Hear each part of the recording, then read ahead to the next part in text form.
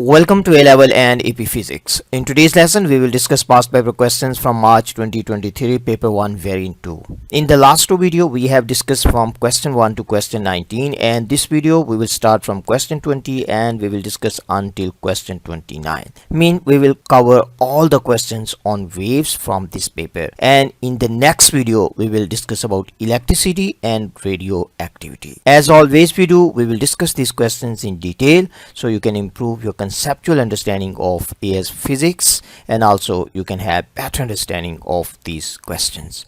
Let's study together, let's improve together.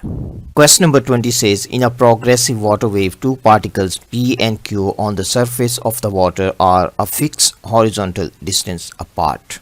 P and Q oscillate vertically. At time t is equal to 0, the wave is as shown in this figure. Which graph best represents the variation with time of the phase difference between the oscillations of the water particle P and the oscillation of the water particle Q? So very nice question. For this one you need to understand, if we take any two particles, let's say we take particle here and we take one particle at this point. So simply we can say this particle is R.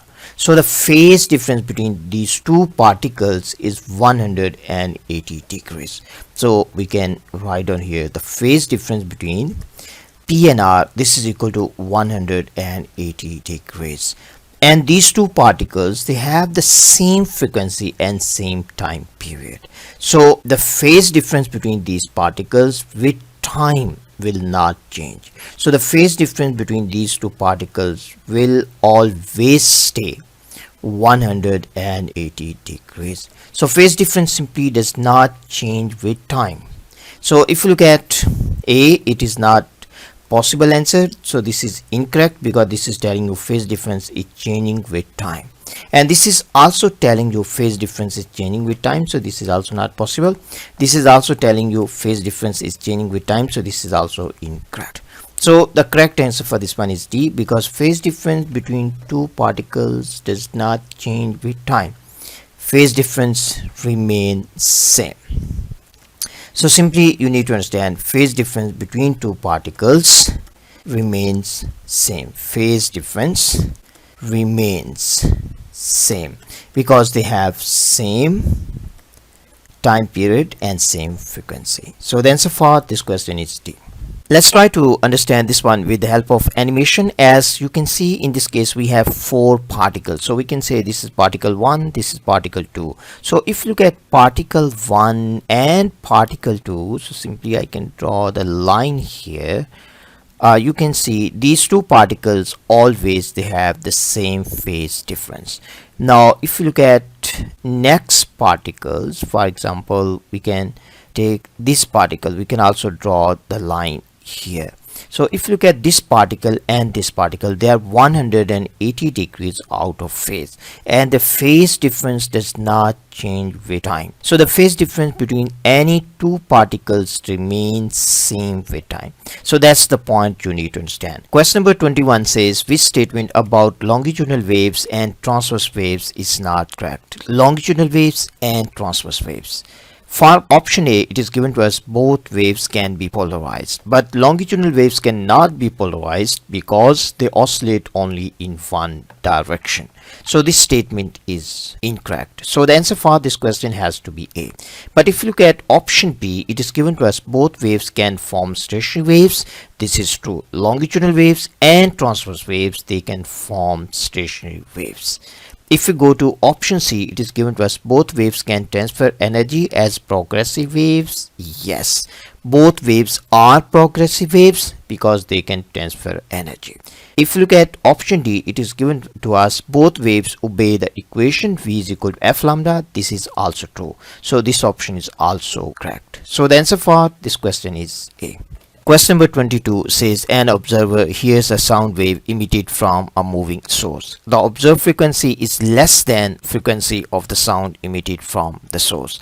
What could be the reason for this? So in this case, observed frequency, this one is lower than frequency of the sound produced by source. It simply means that in this case, source is moving away. Source is moving away. source is moving away. So this is the point you need to understand. If observed frequency is lower than frequency produced by the source, it means source is moving away if observer is at rest. So in this case, we assume that observer is at rest, and observed frequency, you can simply calculate speed of the wave divided by speed of the wave plus speed of the source, speed of moving source, time frequency of the sound produced by source if the source is moving away. So in this case, frequency is lower, it simply means that source is moving away from stationary observer. If you look at option A, it is given to us the source is moving away from the observer. Yes, this is correct. If you look at option B, source is moving towards, this is wrong. The speed of the sound wave in air decreases due to the movement of the source. No, speed of wave depends on the medium, and it depends on type of wave. So we can simply say speed, it depends on medium. So if the medium is the same, it means speed will not change. And in different medium, speed of different waves is different, because speed also depends on type of wave. So if medium is the same, it means speed will not change. So this one is wrong. The speed of the sound wave in air increases. This is also wrong, because if medium is the same, speed remains constant. So this is also wrong. So the answer for this question is A. Question number 23 says, what is the approximate range of frequencies of electromagnetic radiation visible to the human eye?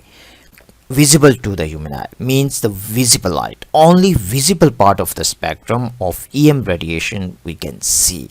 Means only visible part of the spectrum our eyes can see. So in this case, simply we need to find out approximate range of frequencies of visible light.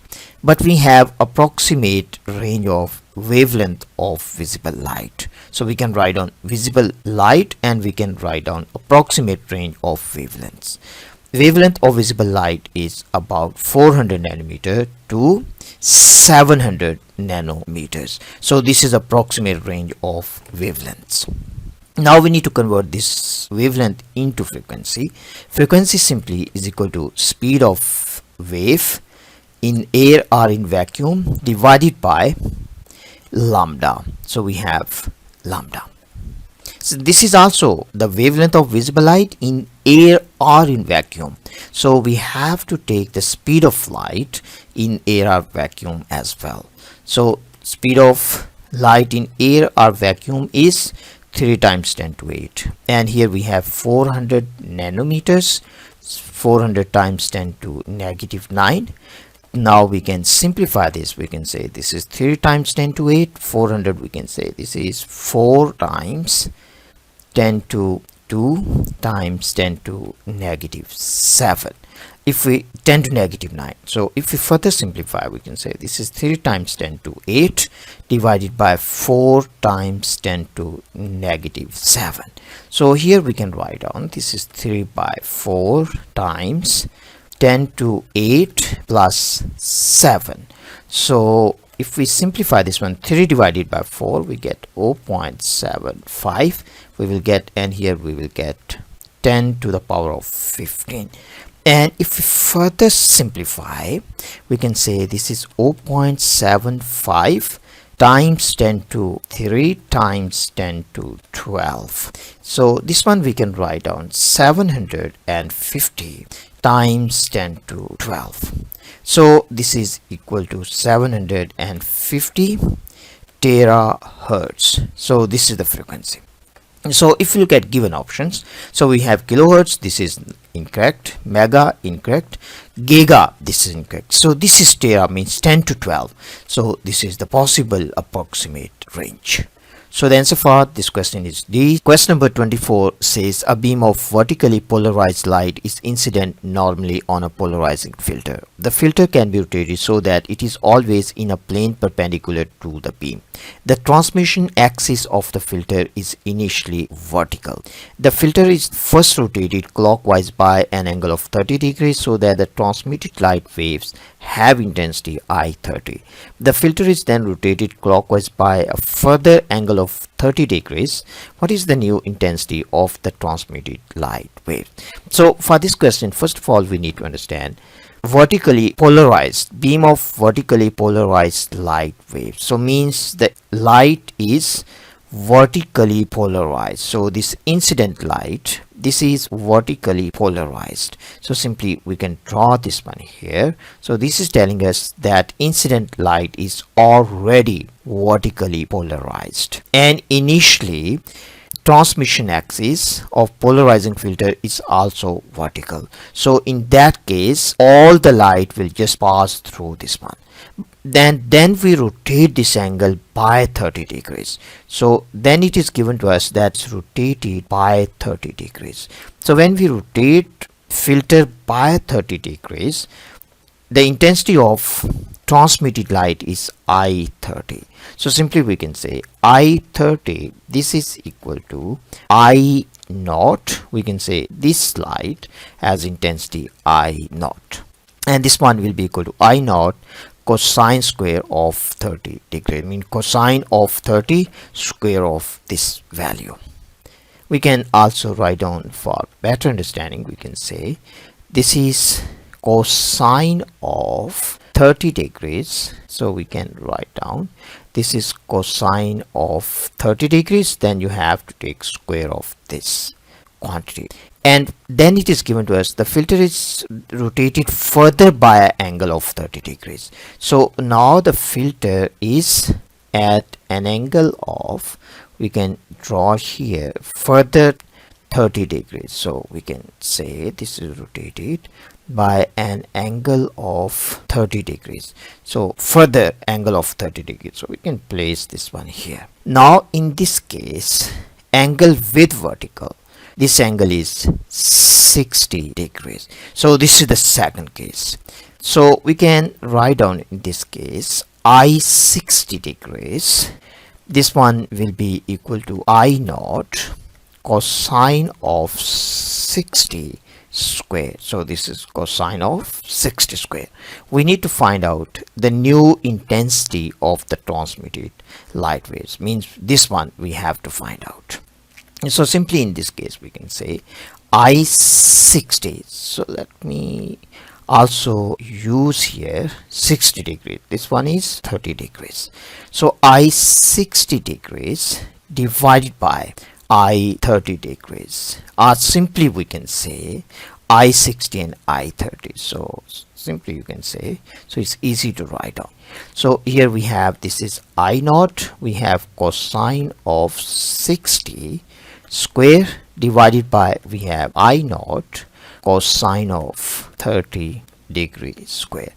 I naught in this case will be cancelled with I naught.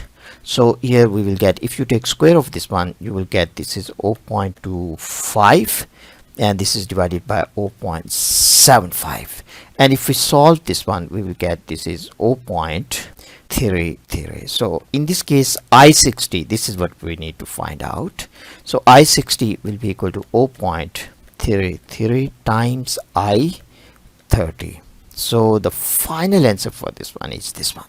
So the answer for this question is B. So you need to understand we are using the same filter. First of all, the filter is just vertical, then we rotate this one by 30 degrees, and again we rotate by 30 degrees for the second time. So the second time angle between vertical and transmission axis is 60 degrees, before it was 30 degrees. So that's the reason we have to use two times. First of all for angle of 30 degrees, then for angle of 60 degrees, then simply you can solve to calculate I transmitted when the angle between transmission axis and vertical is 60 degrees. So the answer for this question is B. I hope this one is clear to you. if you have any questions about this one, please leave your questions in comments. Question number 25 says a musical instrument is made using a long tube with a mouthpiece at one end. The other end is open and flared as shown in the figure. A musician maintains stationary sound waves with a node at the mouthpiece and an antinode at the other end. The lowest frequency of sound that the instrument can produce is 92 Hz. We need to find out which different frequencies of sound can be produced by the instrument. So in this case, it is given to us that there is a node at mouthpiece. Mean always at this point we have a node, and at this end always we have an antinode. So this pipe is just one end closed pipe. One end open pipe you can say, or you can say one end closed pipe. One end closed pipe. And in one end closed pipe, only odd harmonics are produced. Only odd harmonics are produced. So this point is very important. Only odd harmonics are produced. So this is the main point you need to answer this problem. And this question is a repeated question. You will also see this one in other past papers. Only odd harmonics are produced. It simply means that there will be frequency F1, fundamental frequency. Then next frequency will be 3 times of F1, and next frequency will be 5 times of F1. Next one will be 7 times of F1, and so on. So fundamental frequency is given to us, that is equal to 92. So the next frequency means F2, you can say next frequency. This one has to be equal to 3 times of F1, means 3 times 92. And this one will be equal to 276 Hertz. And next frequency of next maximum, this will be equal to 5 times of F1, mean 5 times 92, and this will be equal to 460 Hertz, and so on. So the answer for this question cannot be A, because this is not correct. Cannot be B, this is incorrect. It can be C, because we have 92, we have 276, 460 Hertz, and this is also not possible, because this is also incorrect. So the answer for this question is C. And this question is very important one. You need to understand, if it is one end closed pipe or one end open pipe, only odd harmonics are produced. So this is first maximum frequency, and this is the second one and third one, and so on. Only odd harmonics. F1 is representing the frequency when we will hear the first loudest sound. And second, we can simply say we will hear the first loudest sound when the frequency is equal to 92 Hertz. And we will hear the second loudest sound when the frequency is equal to 276 Hertz. And we will hear the third loudest sound, or you can say third maximum, when frequency is equal to 460 Hertz. And fourth one when the frequency is equal to this one. So this is third maximum, means third loudest sound when the stationary wave is formed inside this pipe. We will hear the third loudest sound, and that time frequency has to be equal to this one. And between these two, for example between second and third, there will be no stationary wave formed, because resonance will not take place. So resonance is only taking place at these certain frequencies, and we call them, these are resonant frequencies of this particular pipe. So this point you need to understand what these frequencies are representing. In case of tuning fork, for example, let's say we have a pipe and we have one tuning fork here. So when we place this tuning fork here, we strike this one with rubber pad, and we place at the top of this pipe. If the frequency of this one is 92, we will hear the first loud sound. Then we change this tuning fork and we use an other tuning fork. So the next tuning fork must have these frequencies. And if the frequency of the next tuning fork is equal to this one, again we will hear the loudest sound. And then again, if we change this tuning fork and we use a tuning fork which has frequency that is equal to 460 Hertz, again resonance will take place and stationary wave will be formed inside this pipe, and we will hear the loudest sound. Question number 26 says two waves of equal frequency and amplitude are traveling in opposite directions along a stretched string. When they meet, they form a stationary wave with 3 nodes and 2 antinodes. The frequency of both waves is doubled and a new stationary wave is formed. How many antinodes are there in the new stationary wave? So first of all, we can draw first stationary wave. First stationary wave has 3 nodes, so we can draw these dots here to represent nodes. 3 nodes we have and 2 antinodes, so here we can draw. So we have antinode here and we will have antinode here. So 2 antinodes and we have 3 nodes. So we can draw over stationary wave. So stationary wave will look like this. We can also draw the dotted line here to represent stationary wave. So this is how stationary wave will look like. For the second case, it is given to us the frequency is double, but wave is the same, type of wave is the same, medium is the same, so means speed will not change. If frequency is double, wavelength has to be half, means this become half. So we can draw 2 nodes here. Now we have 5 nodes, so we can redraw here. We have 5 nodes, so we have 5 nodes. So how many antinodes? We can draw first of all this stationary wave. So stationary wave will look like this. We can also use dotted lines to make these loops. So this is new stationary wave. Not very good looking, but at least you can get the idea to count number of antinodes. So let me little bit redraw this part. This is not good looking, and also this part, this is not very good looking. So I can draw this node here and let me use same color. So we have here this one and here we have this. This is bit better. So in this case we have one antinode here, so this is one antinode, this is another antinode, and here we have an other antinode, and here we will have an other antinode. So we have 4 antinodes in new wave. So the answer for this question has to be D.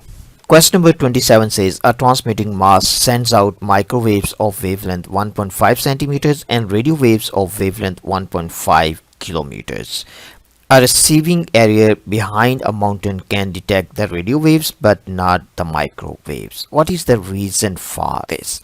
So in this case, when this mass is sending microwaves, the wavelength is very small.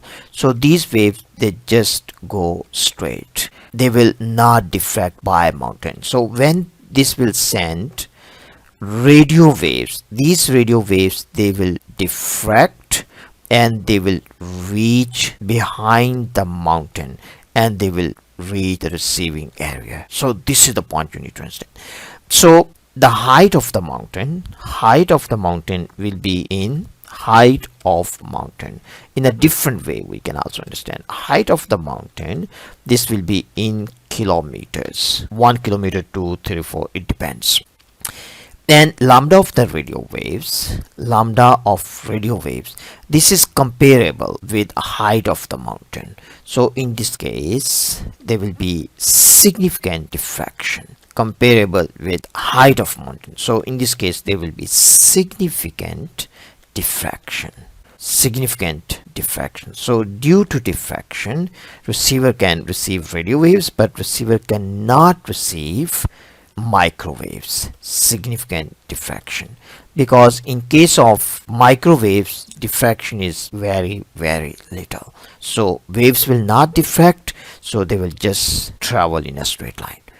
So that's the main reason. Now if you look at given options, it is given to us the radio waves are coherent but microwaves are not coherent. That doesn't matter. Coherent means phase difference is the same. So this option is incorrect. The radio waves are diffracted around the mountain but the microwaves are not, because the wavelength is very small as compared with the size of the mountain. So this option is incorrect. The radio waves are reflected by the mountain, but the microwaves are not. So this is not true. Reflection doesn't depend on wavelength. The radio waves travel at the speed of light, but the microwaves do not. Radio wave and microwaves, they have the same speed because they are electromagnetic waves, same type of wave and in the same medium. So their speed has to be the same. The radio waves travel at the speed of light, so this is also incorrect. The speed is the same in the medium. So the answer for this question is B. Is the typical question. You will see this question in other past papers as well. So this is repeated. Question number 28 says waves are emitted from two coherent sources. Which statement about the waves must be correct? So first thing we need to understand, when we say waves are coherent, it means that they have the same frequency and also they have constant phase difference. So they have constant phase difference. So these 2 points you need to understand about coherent waves. They have constant phase difference. They are in phase? No, they should have constant phase difference. They are transverse waves.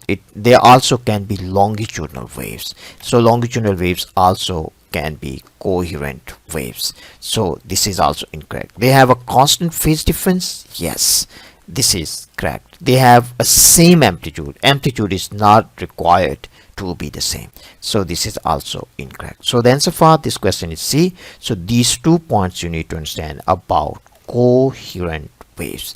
Amplitude is not required to be the same, and also for two waves to be coherent, they don't need to be in phase, but they must have constant phase difference.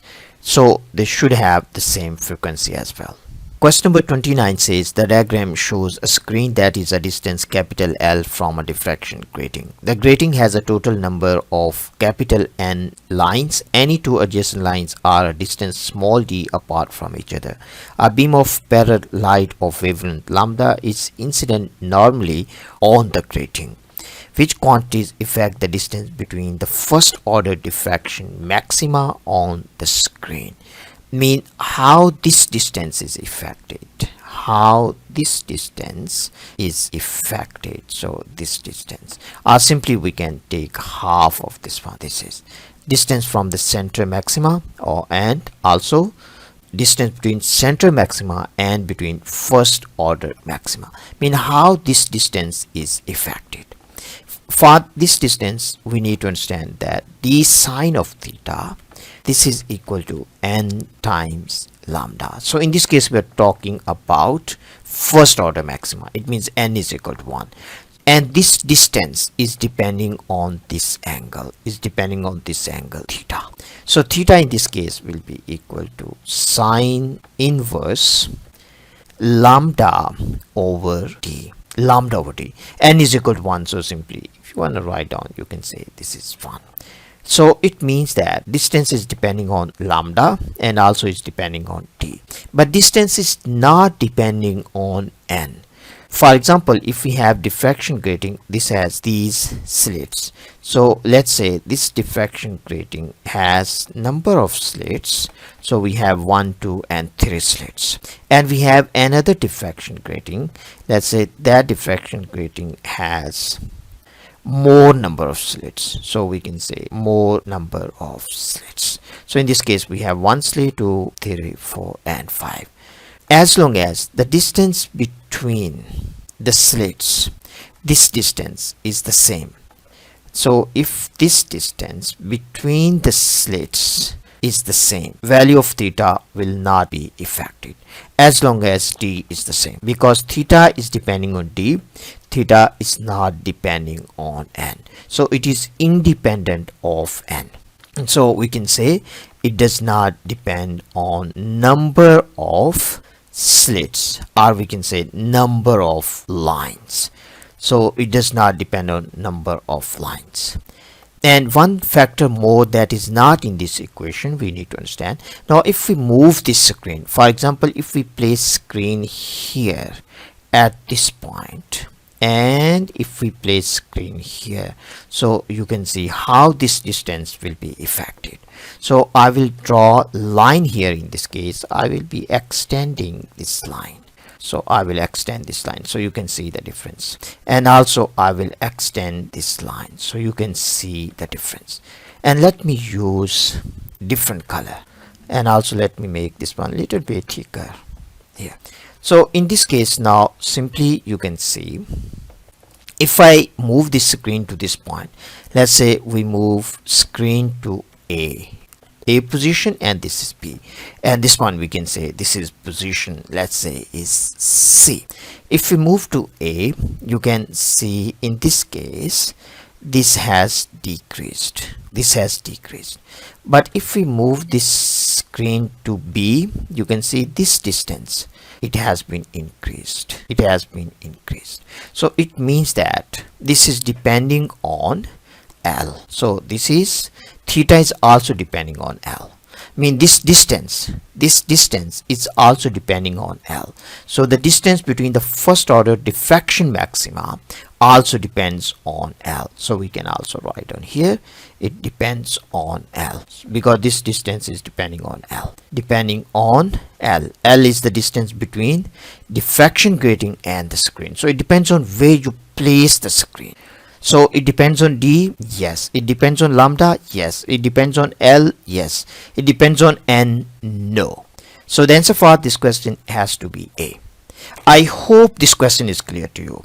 I try to explain you in a beautiful and a simpler way so you can have clear understanding. Just leave your questions in comments and I will try to answer as soon as possible. And the solution of remaining questions on electricity and radioactivity I'll be uploading by tonight or by tomorrow morning. If this video was helpful and this video has helped you to improve your conceptual understanding, and also if this video has given you better understanding of these questions, then please like and subscribe the channel, because your encouragement is very important. See you in next video.